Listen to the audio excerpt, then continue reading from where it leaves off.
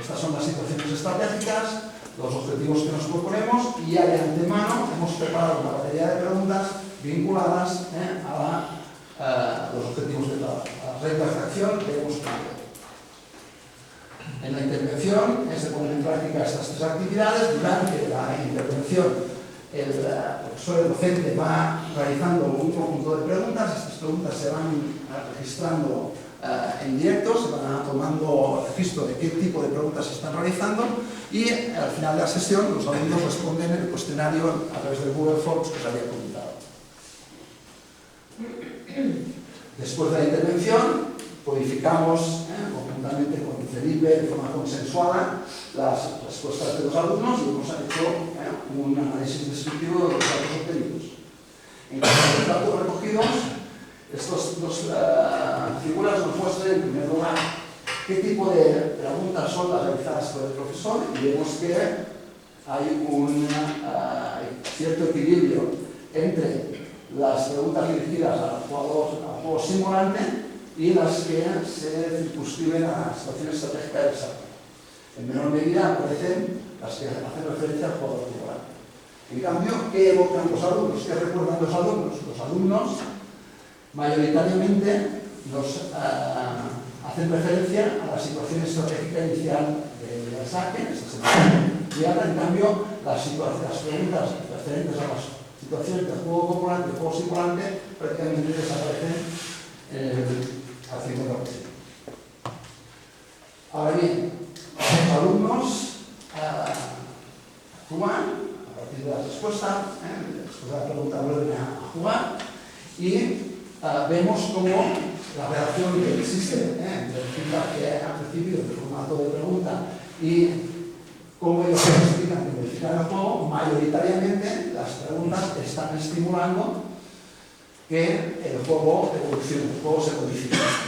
Vemos cómo la relación entre el feedback recibido y la respuesta es ajustada en un 77%, mientras que en un porcentaje ligeramente más alto, los alumnos quizás no responden de forma muy concreta a la pregunta que ellos mismos recuerdan, pero sí que lo que explican tiene relación con otros aspectos del juego. Intentamos observar en este proceso sobre qué rasgos de la lógica interna o qué rasgos de la lógica interna utilizaban para describir tanto la pregunta recibida como la respuesta, como habían cambiado el juego. Observamos que de forma mayoritaria los rasgos que aparecen es el rasgo relacionado con los otros jugadores, fundamentalmente, y pueden ser situaciones de oposición y situaciones de colaboración en este caso. También aparece en gran medida el rasgo espacio. Y esto es lógico, dando que las situaciones de juego en espacio dividido empujan o destacan estos rasgos. En cambio, en cuanto a la respuesta elaborada, vemos que si bien hay una cierta similitud, emerge un rasgo, aparece el tiempo en mayor medida, y probablemente intuimos que esto es debido a que la mayoría de las preguntas que ellos evocan y responden tienen, hemos dicho, relación con la situación inicial del juego, con el saque, con el servicio, y esto hace que tienen bastante asociado que el saque les tiene que producir un beneficio sobre el adversario, y intentan coger la iniciativa desde el saque. Eso lo realizan a través de un determinado tipo de trayectorias que hacen del juego. Por último, en este segundo bloque, intentamos ver el número de rasgos de la lógica interna que aparecían en sus respuestas. Y vemos que mayoritariamente, un 56% de las situaciones, responden únicamente utilizando un rasgo de la lógica interna. Y en menor medida aparecen respuestas donde aparecen 2 o 3 rasgos de la lógica interna. Nos planteamos, y a partir de Caromía nos dice que educar se entiende como facilitar un cambio de discurso. Es un proceso en el que los alumnos modifican el discurso a medida que avanza su aprendizaje. Bueno, ahí vemos que estamos en la fase final de la unidad didáctica, de la situación de aprendizaje, y siguen utilizando unas respuestas muy poco elaboradas, poco complejas. Tenemos el compromiso de seguir con este trabajo y hacer ver la evolución de las respuestas desde las situaciones iniciales, de las sesiones iniciales a las sesiones finales. Y finalmente, el apartado 3, el apartado de la transferencia, entendemos el feedback como una práctica educativa básica, es un apoyo al aprendizaje, un apoyo cognitivo, que ayuda a los procesos de aprendizaje, dado desde la expertise, la experiencia, desde el conocimiento, detectando las debilidades y proponiendo una serie de estrategias para remediarlas. ¿En qué medida nosotros cumplimos con el feedback interrogativo con esta definición? El objetivo, un doble objetivo, proporcionar información. Proporcionamos información a través del feedback interrogativo. En la medida que la pregunta es muy concisa, probablemente se esconde la respuesta a la pregunta. Por tanto, pero no es una respuesta, no sea un feedback explícito, sino que se espera que el alumno siga desarrollando la dimensión cognitiva. Entonces, el feedback tiene que promover acciones. Los alumnos nos han dicho que mayoritariamente, todos cambiaron, el 99% se cambió. Y mayoritariamente cambian de forma ajustada a las demandas del juego. La efectividad del feedback depende de quién lo da, de cómo, de cuándo y de la interpretación del alumno. Cómo el alumno interpreta este feedback. Vamos a centrarnos fundamentalmente en el cómo.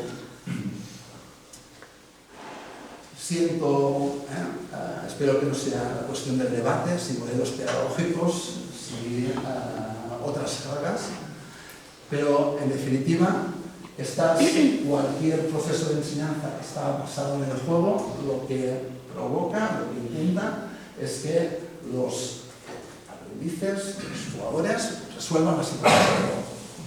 Situarlos en un contexto, la propuesta, la situación siempre es creación de contexto, no hay respuestas, y las respuestas tienen que emerger de la práctica dentro del contexto del juego. Entonces, si planteamos situaciones que son abiertas, ¿cómo tiene que ser el feedback? Coherentemente deberá ser abierto. Es lógico que sea abierto, para que sea el alumno, el jugador, el que siga desarrollando el juego con una ayuda externa. Pero, ¿qué necesitamos para que sea productivo este feedback? Las preguntas para que sean productivas. Fundamentalmente necesitamos concreción. La concreción nace de que la pregunta tenga relación con el objetivo perseguido, que es lo que queremos trabajar, y con lo observado. Hacer la pregunta en el momento adecuado. Cuando ha salido, cuando el alumno ha tenido el problema durante la situación. Entonces, intervenir en relación al momento que se observa la dificultad y el objetivo, y en relación al objetivo perseguido, esto va a producirnos una efectividad de ese tipo. Entonces, finalmente, ¿qué estrategia hemos utilizado? Hemos utilizado que los alumnos estrés a posteriori, a continuación, finalmente, una vez que han recibido el feedback, al final de la sesión nos dan una respuesta escrita y la recogemos del conjunto de los alumnos. Respuestas de tipo abierto, también se podrían plantear respuestas, digamos, a escoger de diferentes posibilidades. Hemos utilizado herramientas digitales de Google Form, pero que se podría utilizar en cualquier aplicación para recogida de respuestas, y lo que creemos firmemente es en el uso de las estrategias participativas, en la que no únicamente tenga que poder intervenir el mismo profesor impartiendo las cuestiones, sino que en cierto modo también podemos implicar al alumnado en esta estrategia de dar el feedback, enfocando cuál es el objetivo y cuál es la preparación. Pues muy bien, hasta aquí la presentación, gracias por vuestra atención.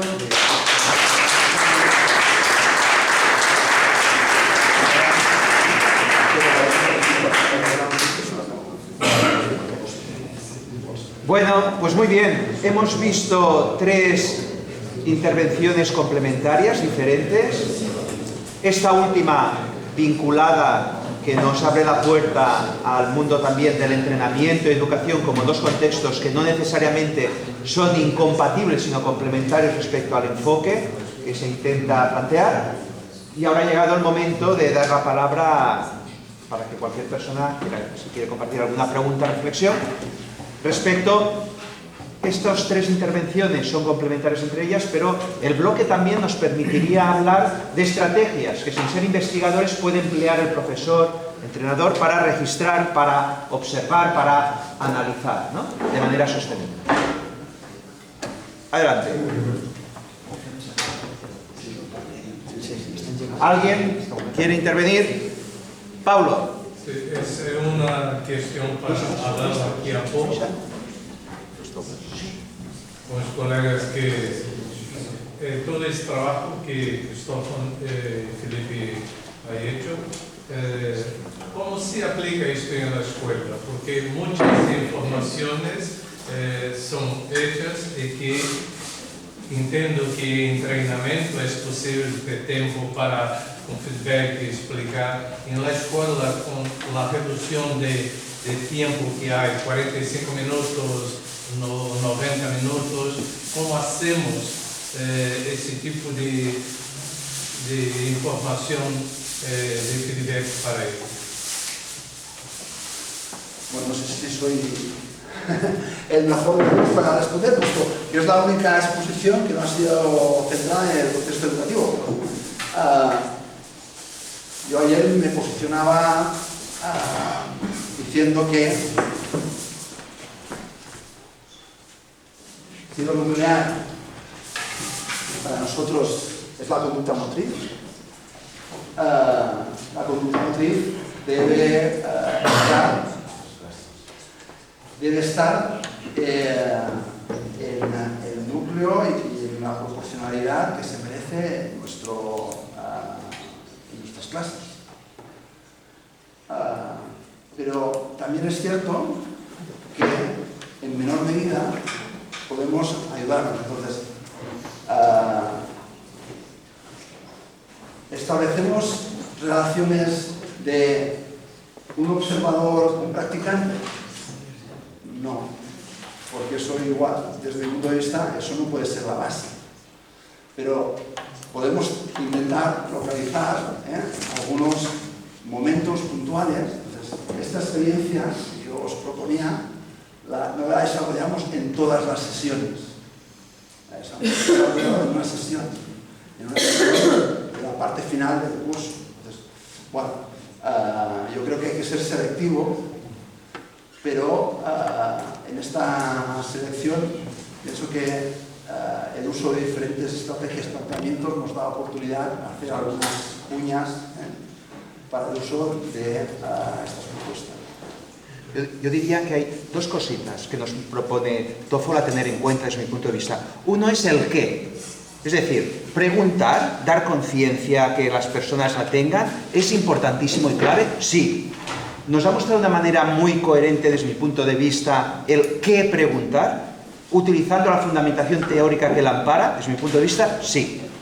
El cómo, donde ella intervendría en qué momentos, cuánto tiempo, cómo lo hacemos sostenible, efectivamente, también es súper importante. Pero para mí lo primero es qué mirar, qué decir, qué comentar. Y fijémonos que hay una coherencia en el planteamiento, ¿no? Y se tiene que buscar, evidentemente, ya lo dijimos ayer, estrategias para ver en qué momento y de qué modo se puede hacer compatible. Que si solo tenemos 5 minutos, pero TOEFL también ha dicho que durante, no ha dicho solo al final, sino durante, va comentando el qué. Y compara, lo interesante también es una investigación, él ahí en ese momento no hacía únicamente el rol de o profesor o entrenador, sino él también está investigando, ¿no? Dice, pues ven los alumnos, es lo que yo creo que nos ha mostrado es muy bonito porque compara lo que intenta decir el profesor para que los alumnos tomen conciencia y luego lo que les queda de la película al alumnado, el durante. Y ahí sí que eso es real. ¿Por qué es durante? Sin duda, eso es muy válido. Es una investigación para saber cómo tratar en futuras clases. Apenas a preocupação que há é que hoje falamos muito e queremos a intervenção na escola. E na escola queremos saber como traduzimos essas informações que coletamos. De que maneira? Porque vemos sempre investigações que vão para além e muito mais para o treinamento. Queremos reduzir um pouco mais para o ambiente escolar, que é onde a maioria dos nuestro alumnado hace. Muchas gracias. ¿Qué más? Como hablas de escuela, pues me toca hablar de escuela, una vez más. Tengo aquí varias anotaciones hechas al respecto, con todo humildad. Primero, yo creo que hay situaciones en las que hay que preguntar y otras en las que no hay que preguntar nada. Por ejemplo, yo estuve con pie durante una semana en unas colonias de vacaciones en Château d'Arnon, en el centro de Francia, y allí pusimos en práctica varios juegos, entre ellos robar piedras. El robar piedras yo lo encontré en un librito de Adarra, del País Vasco, escrito con 5 líneas o 6 líneas. Y lo pusimos en práctica varias veces en la zona nuestra, con los niños, hasta que fuimos estandarizando ese juego. En aquellas colonias, ese juego lo pusimos en práctica. Y Pierre en un momento determinado me dice, faltan las cajas fuertes, Alfredo. ¿Por qué faltaban las cajas fuertes? Porque había que determinar el resultado. Allí ese juego lo estandarizamos y se publicó en Francia, en el fichero de juegos del CMA. ¿Vale? Hago un paréntesis. Ese juego es el que me pedían los niños el último día de sexto de primaria jugar para despedirse de la clase de educación física. O sea que tiene un poderío acojonante. Vale. En colonias de vacaciones he estado haciendo colonias durante 30 años, prácticamente todos los veranos. Y todas las tardes, de 5:30 a 7 de la tarde, hacíamos juegos. La estrella era ese juego, cierro paréntesis. Ahí yo no intervenía nunca. Y Pierre me decía, en los juegos tradicionales, Alfredo, no intervengas. Deja que el juego lo descubran los propios niños. Y yo ahí, eso lo llevé a la práctica siempre. Y en el colegio, cuando hacíamos juegos tradicionales de este tipo, la doble bandera, etc., yo callaba como una mosca. Únicamente intervenía si había que sistematizar una regla, si había que sistematizar un comportamiento, pero estrategias, jamás. Porque el juego tiene un poder ahí tremendo y si tú desentrañas ya esa riqueza, les privas a los niños de descubrir esa riqueza en el juego. ¿Me estoy explicando? Por tanto, ahí no intervenir. En danzas colectivas no intervengo casi nunca. Lo hago generalmente toda a base de gestos y me sigue. ¿Vale? Si queréis luego acabamos con una danza, le he dicho a Pedro. ¿Vale? Y toda base pero en otras actividades como en bádminton yo preguntaba, porque en bádminton hay unos conocimientos que yo quería que adquirieran en 10 o 12 sesiones que me daba la unidad didáctica. Yo he utilizado otros principios, los he descubierto, los tengo aquí, luego te los paso. Y esos principios en los que yo trabajaba eran 4 o 5. El principio de anticipación perceptiva, anticipa. Estabilidad en el golpeo. Tú has hecho referencia a la cuestión orgánica, estabilidad en el golpeo. Cuando yo voy a golpear tengo que estar equilibrado, tengo que llegar a estar equilibrado, ¿no? Un principio de organización y control del gesto. Un principio de aumento y reducción de espacios y duraciones, que también ha salido, ¿no? De alternancia táctica. Si lo tengo delante y pegadito a la red, la próxima vez detrás y al fondo, cosas de este tipo. Eso los niños lo pueden aprender. Pero depende de las edades. Con niños de primero y segundo de primaria yo no puedo poner casi nada de esto en práctica. Como mi ejemplo. ¿En qué me centraré? En el golpeo, pura y exclusivamente en el golpeo. Si son capaces de golpear, ya me doy por satisfecho.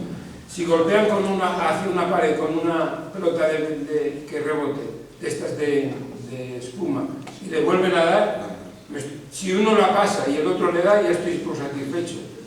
En tercero o cuarto bastante harán con colaborar. Quiero decir, que consigan pasar la pluma de un lado al otro. Ahora, en quinto de primaria, en sexto de primaria, yo ya entraba a saco con estos temas. Y me seguían. Y descubrían todo este tema de la alternancia táctica y tal. La mayor parte ya dominaban el golpeo. Pero era necesario dominar el golpeo. Sin eso no podía hacer nada. Por tanto, intervenir sí, depende cómo, cuándo, en qué actividades. Mi experiencia ha sido esa. ¿Qué propuestas hacían en quinto y sexto de primaria? 1 contra 1, espacios alargados, espacios anchos. ¿Por qué espacios alargados? Porque les va a obligar a utilizar como estrategia lanzar la pluma lejos o cerca y tener en cuenta al oponente para si lo tengo cerca o lejos. Anchos, a la derecha o a la izquierda, por parejas. ¿Me explico? Yo recuerdo una situación que me encantaba. Les ponía una colchoneta en cada uno de los dos campos. Yo les decía, si conseguís que la pluma caiga a la colchoneta, 100 puntos. Tenéis 100 puntos. Los demás si vais ganando alguna situación, 1 punto. 100 puntos esto. ¿A qué les estoy obligando? La situación está obligando a que tengan en cuenta el golpeo para incidir allí. ¿Y qué harán? ¿Echarla constantemente allí? No, señor. La tiran para desplazar al oponente y cuando lo tienen desplazado, entonces se la echan allí. ¿Vale? Pues situaciones de este tipo que permitan. ¿Qué anotar? Pues yo tampoco estoy todo el día anotando, pero sí que yo les pregunto los resultados. Los resultados me van a permitir contrastar sus formas de hacer con los resultados que obtienen. Y ahí obtengo reglas de acción para poder aplicar después. Entonces, sí que es importante conocer el resultado de sus actuaciones. Y a partir del resultado, contrastar y ver qué es lo que yo puedo hacer para mejorar ese resultado.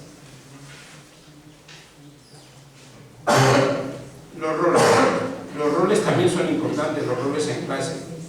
Hay situaciones en las que, efectivamente, hay un rol de ayuda, de seguridad, un rol de acompañamiento, un rol de coreógrafo en el que está pendiente de lo que está haciendo el otro, o que se ha inventado una coreografía y la tiene que poner en práctica y está observando esa coreografía.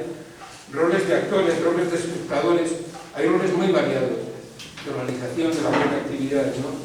Y hay roles intrínsecos en la actividad, paso de ser dominante a dominado, de atacante a defensor, etc. Y otra cosa que me gustaría hablar, de los principios de acción estamos hablando constantemente, pero hay otros dos tipos de principios que son importantísimos.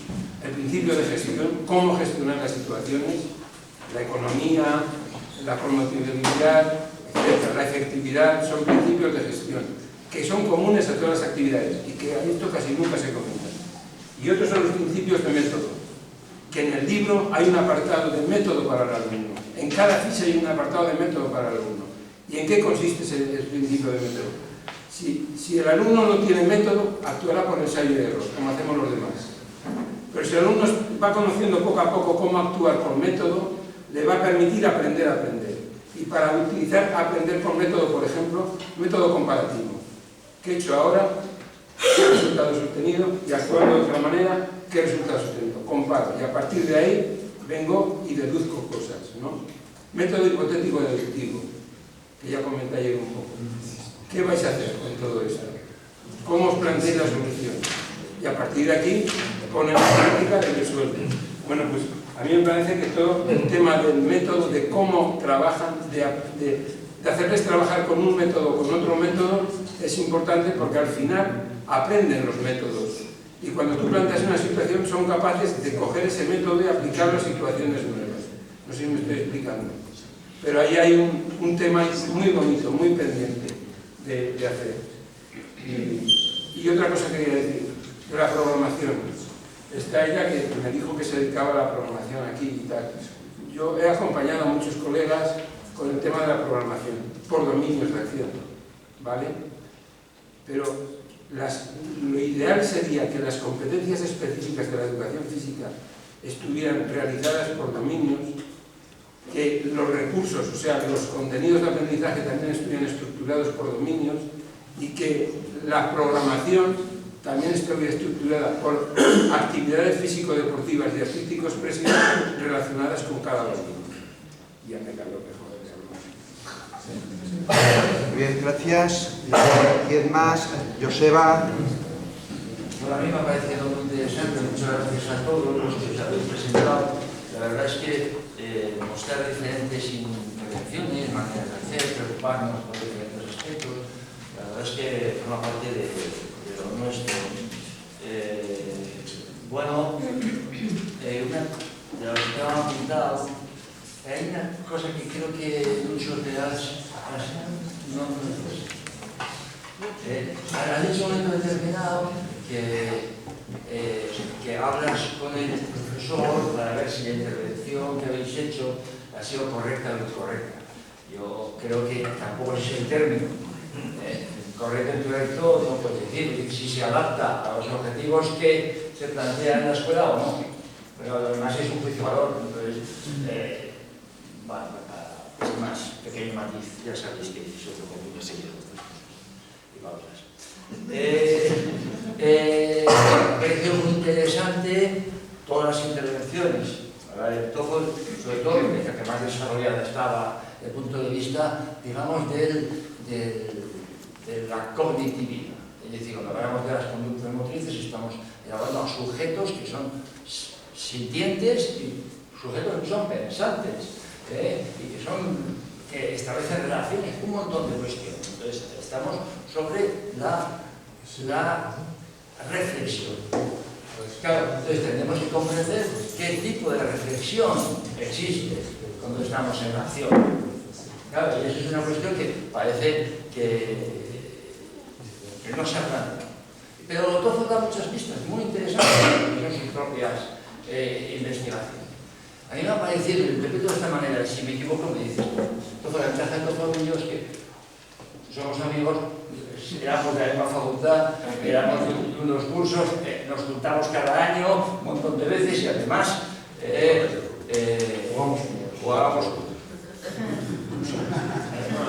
Y tenía que sacarlo porque se peleaba todo. Pero a veces no existía el juego en aquella época. Dejamos a Ruti, claro. Bueno, lo que me ha parecido muy interesante es sobre, hacemos preguntas para que piensen, pero que piensen sobre qué. O sea, sobre que le pregunto, pero ¿cómo piensa? ¿Cómo piensa el que está haciendo? No cómo piensa el que está entrenando, sino cómo piensa el que está ejecutando. Y pensamos que el que ejecuta tiene que pensar como el que entrena. El entrenador tiene que generar una serie de pensamientos que el alumno, en este caso el jugador, tiene que ir asumiendo. Y claro,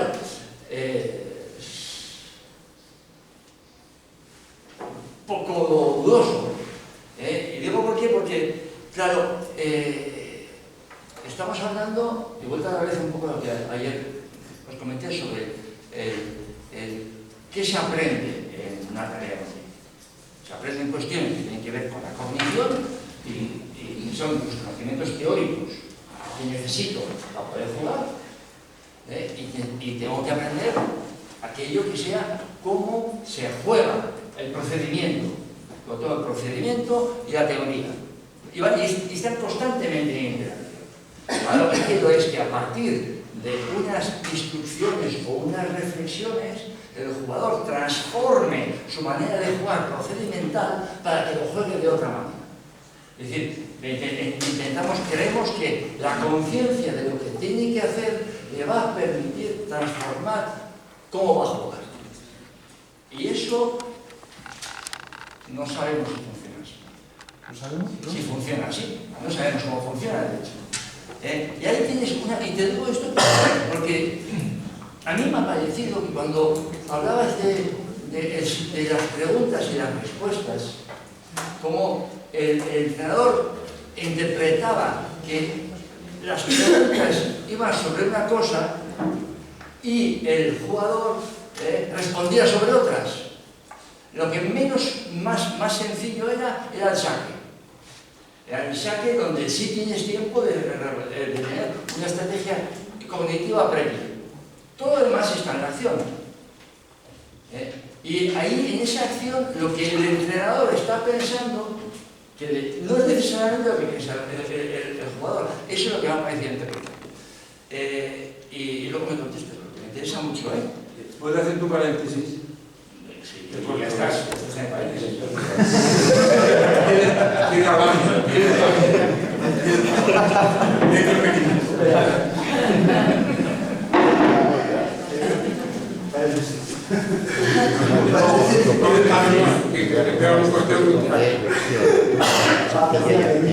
Bueno, que los niños no siempre piensan, están jugando, ¿vale?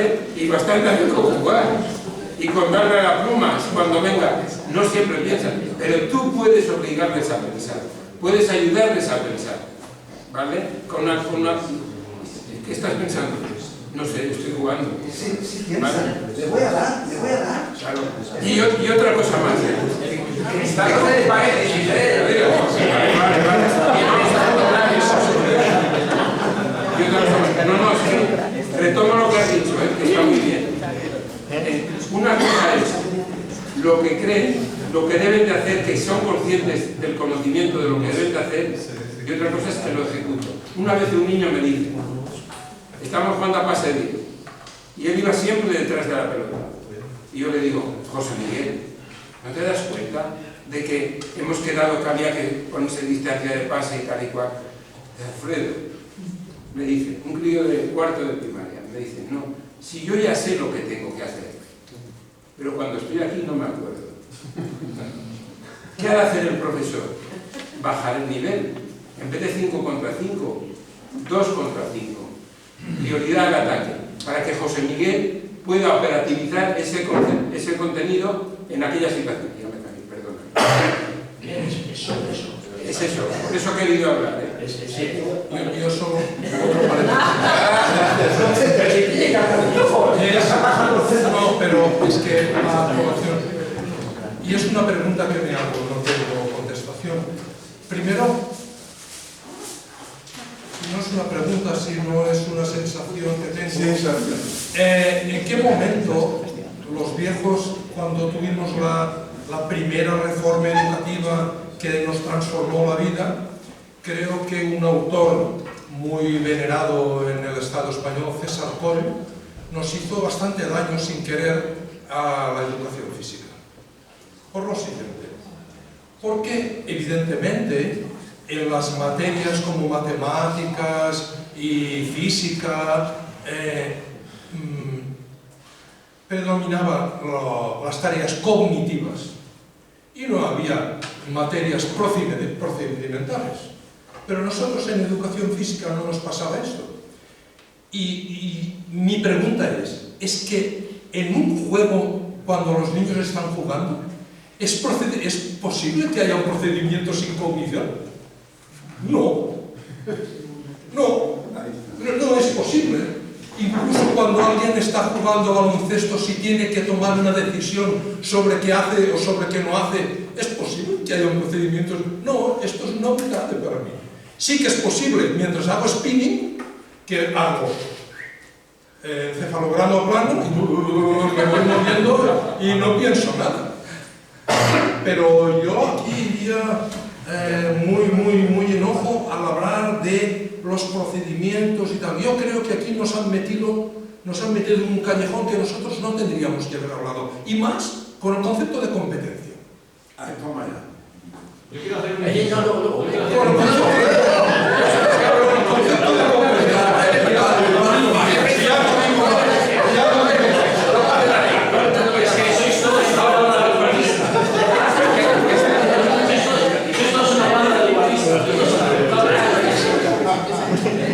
Es decir, lo que va a decir Raúl...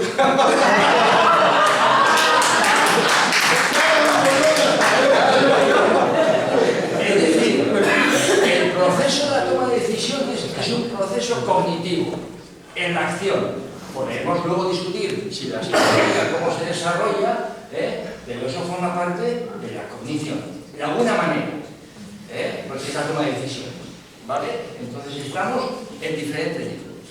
Y es un poco por eso creo que es interesante plantear el tema de la reflexión, porque los entrenadores lo hacen mucho, pero yo como entrenador, igual que el TOEFL, utilizo principios de acción. Yo me doy cuenta que los principios de acción son una mandanga, porque los jugadores pasan y luego no solamente pasan, sino que las instrucciones que a mí me permiten decir tampoco les ayudan. Por supuesto que cuando yo estoy diciendo que tengo que finalizar, o tengo que anticipar, o tengo que devolver, ¿en qué le ayudo? Porque él ya lo sabe que tiene que hacer todo eso, el juego ya le dice. Puede tener algún y dice, no, primero la continuidad y el apoyo. Dice, ¿y cómo coño si no voy a jugar? Que yo le diga que haga continuidad o haga apoyo no sirve para nada. Tengo que ir a cosas que sean más concretas, cosas que le puedan ayudar en el procedimiento. Es decir, yo puedo decirle, esta oposición 1 contra 1 vas a marcar al contacto o marcar al exterior. Claro, una vez yo le he dicho eso, poco tengo que hacer, Alfredo, porque tiene que decidirlo él. Eso que tú le has dicho lo puede descubrir él. O no, le estoy ayudando, si quiero. Pero, ¿Puedo intervenir? Y ahora, estaba en eso, un punto final y acabo, aunque me habéis jodido lo que sale pasar por la amistad. Pero hay otra cosa que sí me preocupa, y eso es un poco lo que es el uso de los autores y de las citas. Entonces, estás asumiendo que la educación es un cambio de discurso. Y eso es lo que está diciendo Tony. Es decir, la educación motriz no tiene por qué ser un cambio de discurso. Podemos tener el mismo discurso, pero ya sé jugar a badminton, ya sé jugar a no sé qué, y no necesariamente mi discurso, que yo soy a la hora de capacidad de desarrollar un discurso, coincide. Debemos de ser prudentes. Y tenemos que replantearnos qué supone ese cambio de pensamiento, ese cambio de conducta, que estamos llevándonos a la cognición discursiva que decía Carcoy. Y eso, bueno, yo estoy con Tony, creo que habría que ya está, que me traigo aquí, lo repito. me desplazando. Me gustaría Claro, hablar. aquí hay conocimiento procedimental, procedimiento declarativo. Os parecerá mentira, pero hemos tenido que venir Joseba hasta aquí para discutir. Si tengo tiempo, Yo creo... si hay tiempo, quiero decir una cosa. Si hay tiempo, si no, nada. Raúl y Pepe. Joseba, Venga. yo creo que se ha deslizado el discurso, de manera que ha hecho incomprensible el problema. Y precisamente yo creo que hay un problema del dualismo. Y hay un problema del dualismo que solo se resuelve semióticamente. Ese es el problema. Hay un principio semiótico que dice que todo está conectado con algo. Entonces, el deslizamiento argumental viene dado por el hecho de que hemos empezado hablando de los estilos en los que hay un agente con el que se interactúa argumentalmente. Yo he tomado metafóricamente la cita que ha puesto él. Y yo digo que es un cambio de discurso motor. Es decir, También va a decir eso, que no me dejáis. ya lo sé. Entonces, ¿cómo interactúa el entrenador como agente educativo o formativo con el jugador como agente ludomotor? Argumentalmente. Es decir, en un plano semiótico del que forman parte los dos de un sistema, que en este caso concebimos o lo llamamos entrenamiento o educación, el acto motor es un signo que puede interactuar como argumento con un argumento que es declarativo. Es decir, semióticamente son equivalentes, son signos y por eso pueden interactuar. Entonces, ahí es donde se quiebra el dualismo y por eso no hay nada que no sea cognitivo, no hay nada que no sea afectivo, no hay nada que no sea comunicativo.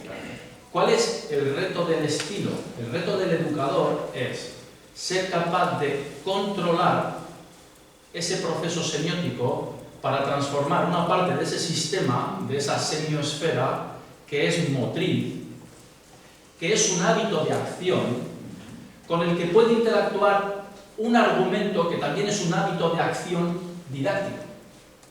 Es decir, Si no lo concebimos así, nunca vamos a quebrar el dualismo. Y por eso es que cuando tú has dicho, porque lo dices siempre como argumento retórico, que no lo sabemos, claro que lo sabemos. La realidad es muy tosca. Y Alfredo es el signo vivo de que un estilo significativo, es decir, un estilo en el que tú transformas un argumento motor en el equivalente de un argumento didáctico, pueden interactuar y volver en esa espiral semiótica a transformar ese hábito que es un argumento motor. Es decir, existe el problema, es que es muy difícil contarlo, pero lo hemos vivenciado todos. Y es lo que nos pasa con la semioticidad. Y es cuando podemos hacer el ridículo, cuando nos ponemos a contar cosas muy evidentes que todos sabemos y nos enredamos. Entonces, hemos transformado. El reto del estilo de enseñanza es el reto de ampliar, de hacer más compleja, de dominar esa interacción de lo motor a lo argumental del jugador, a lo argumental del didáctico para volver de nuevo, pero no volvemos hacia atrás, volvemos hacia arriba y en amplitud. Esto, Menó lo ponía con aquel símbolo, esto está ya más o menos investigado, cuando decían los integrones, ¿recordáis? Esa también una espiral, lo que pasa es que era muy piagetiano y en aquel sentido también podría ser hasta dualista. Entonces, por supuesto que funciona así, y de nuevo vuelvo a insistir, si queremos ofrecer realmente un avance, lo que tenemos que hacer es recordar que solo se quiebra el dualismo mediante las triadas semióticas, es decir, conectándonos, porque todo puede estar conectado, pero prestando atención a cuáles son los distintos planos de esos semióticos. Es decir, en unas ocasiones nos interesa centrarnos en el elemento conductual como el golpeo. En otros momentos nos interesa preguntarle cuál es el objetivo asociado a ese comportamiento, porque recordemos que no hay acción sin un objetivo, sin un comportamiento asociado a la intención. Y luego, por supuesto, también le tenemos que preguntar por qué lugar ocupa lo que ha hecho dentro de un proyecto que se desarrolla en el tiempo en un duelo individual. Luego, vuelvo a insistir, y no sé si os habéis dado cuenta cuál era mi currículo oculto. Yo he venido a este seminario a hablar de mi libro. He venido a este seminario a deciros que si queremos hacer avanzar la praxeología, tenemos que hacerla avanzar ahondando en el núcleo duro de la propuesta de Pierre, que es la semioticidad. Y tenemos que quebrar la semioticidad diádica avanzando hacia una semioticidad triádica, que además nos conecta con una tradición potentísima que es la del pragmatismo. Pragma-acción. Entonces, os quiero decir que nuestros problemas están identificados y nos corresponde a nosotros el realmente tomarnos en serio esta quiebra del dualismo. Y es muy bonito vernos a nosotros mismos enredarnos. Porque es verdad, porque no es fácil. Porque no es fácil. Entonces, no os olvidéis de que Joseba es un diletante y un provocador nato. Y cuando dice que no sabemos algo, en realidad sabe que lo sabemos, pero que lo podemos saber mejor. Esa es la clave de esto. Pepe, y pasaremos a la pausa activa. Una información que supongo que todo el mundo tiene, puede ser muy breve. La información que yo conozco, a lo mejor alguno conoce otra, la que aportar es más importante. Según Frederick Marlowe, el alto motor de todo tiene tres fases: análisis de percepción, creación de la respuesta y ejecución motriz. Y la creación de la respuesta puede ser automatizada, porque ya la aprendí, puede ser concomitante, es decir, tengo experiencia y puede ser creativa. Dicho esto, y espero que lo pueda decir ahora, se me comprenda como abuelo, tengo un niño que juega muy bien a baloncesto y a veces hace cosas